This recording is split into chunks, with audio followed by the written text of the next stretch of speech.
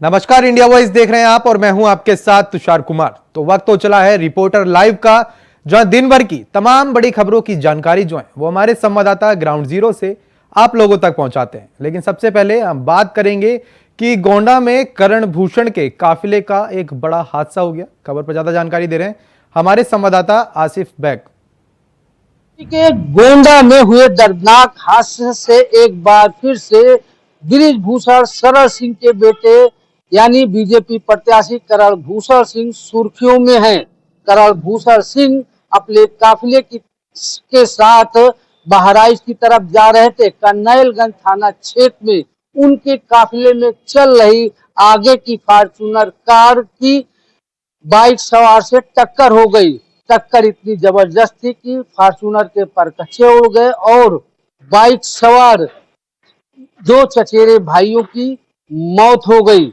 इस घटना के बाद मृतक की मां की तहरीर पर पुलिस ने मुकदमा दर्ज कर वाहन को कब्जे में ले लिया और साथ ही ड्राइवर को भी हिरासत में ले लिया है। बता दें कि बीजेपी प्रत्याशी करण भूषण शरण सिंह का काफिला गोंडा से बहराइच की तरफ जा रहा था।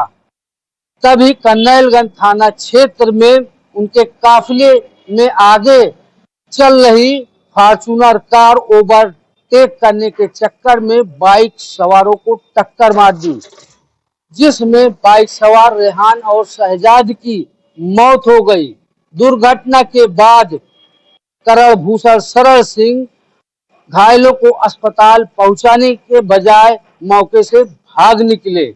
कहा जा रहा है कि अगर समय रहते घायल अस्पताल पहुंचते तो शायद उन दोनों की जान बच सकती थी। फिलहाल मृतक रेहान और शहजाद के परिजनों की तहरीर पर पुलिस ने मुकदमा दर्ज कर लिया है और वाहन को भी कब्जे में ले लिया है। ड्राइवर से पूछताछ चल रही है। फिलहाल इस घटना के बाद अब जिस तरह से राजनीतिक सुर्खियां बन रही है, इससे कहीं न कहीं बीजेपी प्रत्याशी करण भूषण सिंह की मुश्किलें भी बढ़ती नजर आ रही, क्योंकि आक्रोशित लोगों ने मौके पर जाम भी लगाया और लापरवाही का आरोप भी करण भूषण सिंह के काफिले पर लगाया। कहा जा रहा है कि काफिले में चल रही स्कॉट की रफ्तार काफी तेज थी, जिस वजह से हादसा हो गया। वहीं मानवता न दिखाते हुए करण भूषण सिंह घायलों को मौके पर ही छोड़कर फरार हो गए। फिलहाल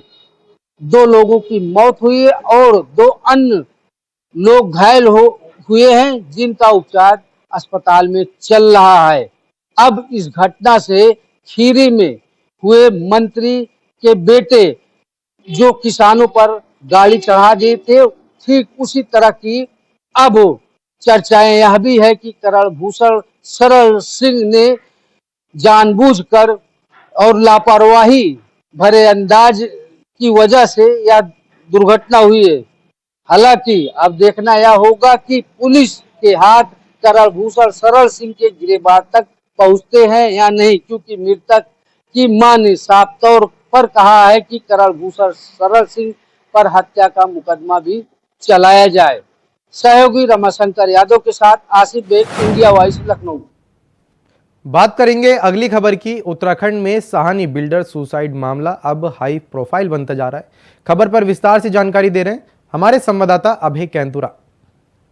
हाई प्रोफाइल के सुसाइड मामले में आप सीधे तौर पर ये कह सकते हैं कि पुलिस जांच तो कर रही है, लेकिन जिस तरीके से साहनी बिल्डर सुसाइड मामले पर अब राजनेताओं के नाम सामने आ रहे हैं, तो सीधे तौर पर ये कहा जा सकता है कि इस मामले को लेकर अब पुलिस भी गंभीरता से जांच करती नजर आ रही है।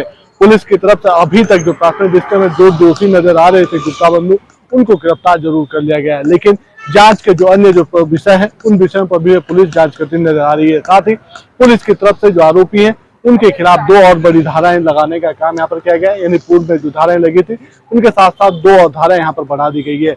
ऐसे में कहा जा सकता है कि जिन अब सफेद पोस्ट नेताओं के नाम सामने आ रहे हैं वो सत्ताधारी दल से जुड़े हुए नेता हैं, इसलिए पुलिस भी हर कदम फूंक फूंक कर चलने का काम कर रही है। जबकि विपक्ष की तरफ से इस पूरे मामले पर सीबीआई जांच की मांग करने की कोशिश यहाँ पर की जा रही है। दबाव बनाया जा रहा है कि सरकार सीबीआई जांच करे ताकि साहनी बिल्डर्स को न्याय मिल सके। ये कहा जा सकता है कि पारिवारिक जो मामले हैं उनकी भी जांच यहाँ पर चल रही है कि किस प्रकार से पूरा प्रकरण रहा है, लेकिन अभी तक ये कहा जा सकता है कि पुलिस सिर्फ जांच पर अटकी है और अभी जो प्रथम दृष्टया दोषी नजर आ रहे हैं उनको गिरफ्तार किया जा चुका है। कैमरामैन अपना साथ अभय कैंतुरा, इंडिया वॉइस देहरादून।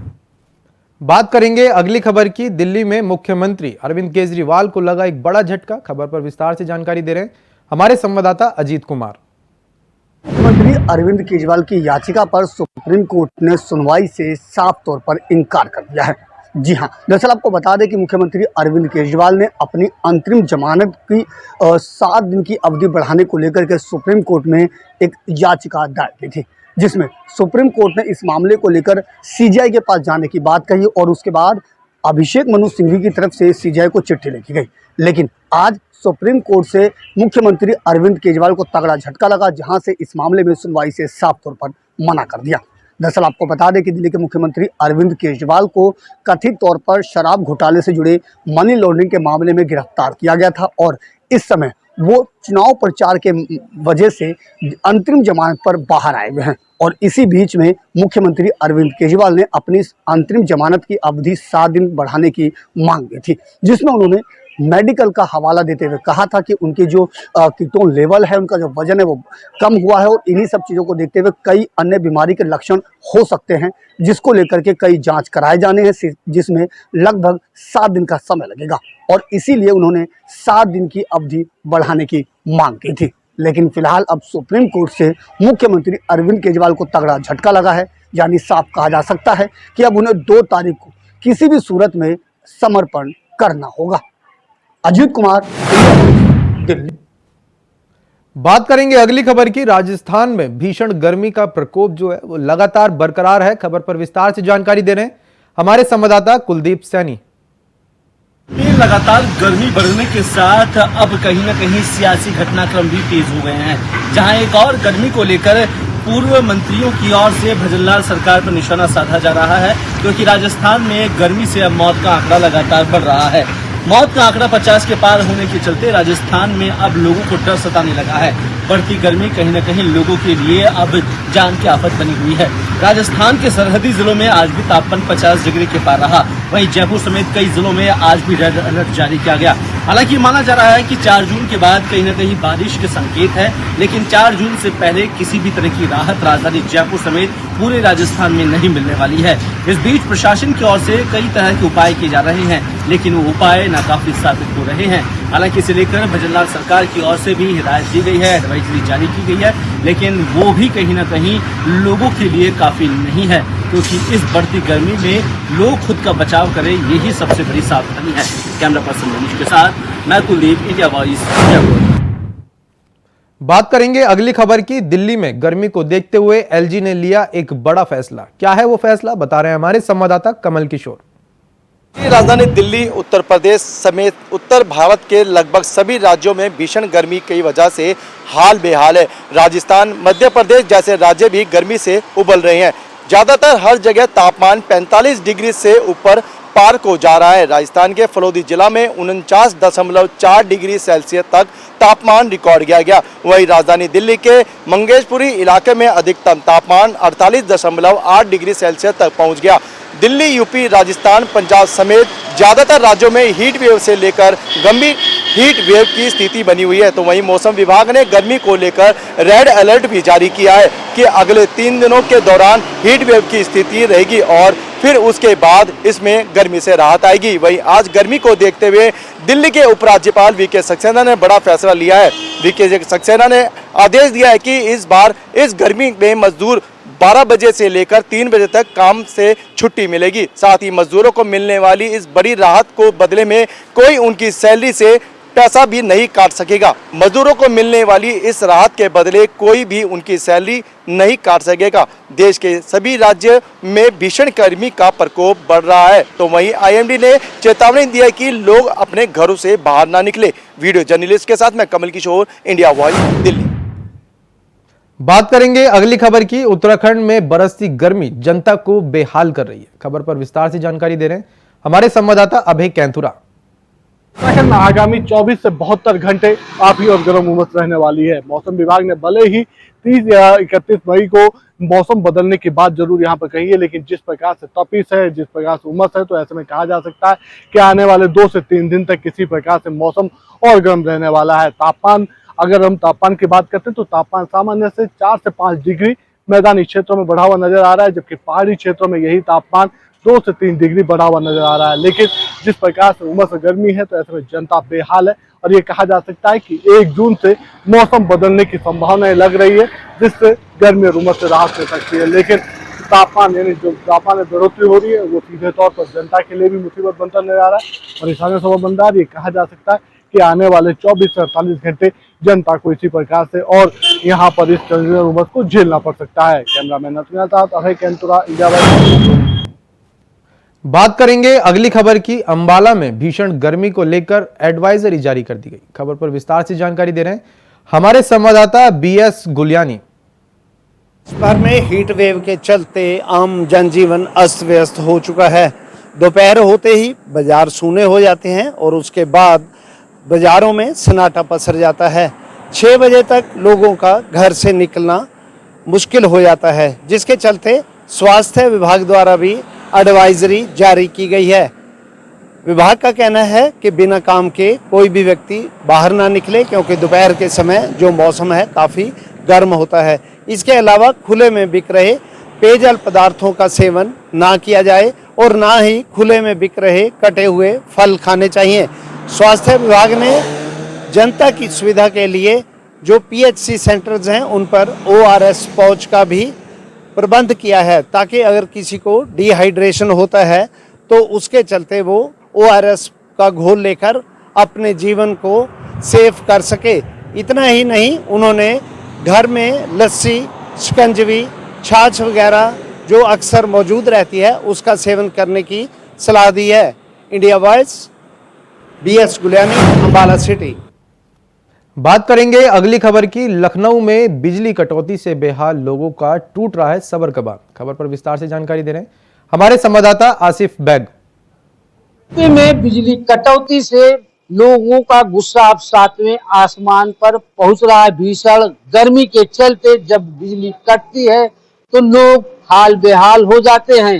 अब जगह जगह प्रदर्शन भी शुरू हो गया है। बात अगर कन्नौज की करे तो सपा नेताओं ने बिजली कटौती से नाराज होकर मक्का की फसल लेकर डीएम कार्यालय पहुंचे, जहां पर सौंपे ज्ञापन में सपा नेताओं ने कहा कि अघोषित विद्युत कटौती से फसल सूख रही है और आम लोगों का भीषण गर्मी से जनजीवन पूरी तरह से अस्त व्यस्त हो चला है। हालांकि मौके पर मौजूद अधिकारियों ने ज्ञापन लेने के बाद बिजली व्यवस्था में सुधार लाने की बात कही है। वहीं राजधानी लखनऊ की बात करें तो राजधानी लखनऊ में भी कई मोहल्लों में अघोषित विद्युत कटौती की वजह से लोग परेशान हो उठे हैं। आज ही बांस मंडी में सैकड़ों लोग सड़क पर उतर आए और बिजली विभाग के अधिकारियों पर लापरवाही का आरोप लगाया और मांग किया कि अघोषित विद्युत कटौती बंद की जाए, जिससे लोगों को राहत मिल सके। फिलहाल जिस तरह से प्रदेश में बिजली का संकट गहरा रहा है, वहीं विद्युत आपूर्ति में जिस तरह से अधिकारियों की लापरवाही सामने आ रही है, इससे कहीं न कहीं लोग आक्रोशित भी हो रहे हैं। ऐसे में कहीं न कहीं योगी सरकार। बात करेंगे अगली खबर की। लखनऊ में पावर हाउस में लाइनमैन की मौत हो गई। खबर पर विस्तार से जानकारी दे रहे हैं हमारे संवाददाता अमान।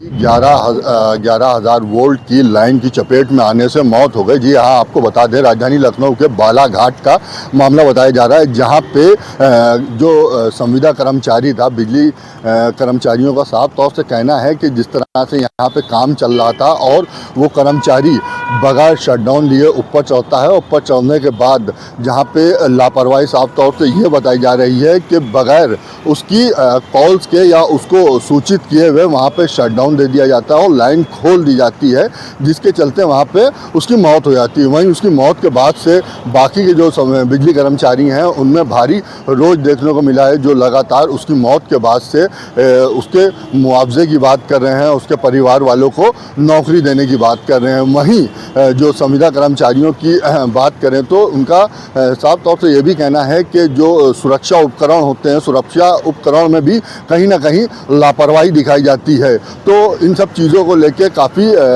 जो गुस्सा था और जो काफ़ी वहाँ पे भीड़ थी जो लगातार अपने ऊपर के अधिकारियों पे आरोप लगा रहे थे। अब देखना ये होगा कि आगे इस तरह की घटनाओं को रोकने के लिए जो बिजली कर्मचारी, जो बिजली विभाग के बड़े अधिकारी हैं, वो किस तरह का कदम उठाते हैं। लखनऊ से मोहम्मद अमान, इंडिया वॉइस। बात करेंगे अगली खबर की। दिल्ली में पिटाई कांड को लेकर वैभव ने दी याचिका। खबर पर विस्तार से जानकारी देने हमारे संवाददाता अजीत कुमार।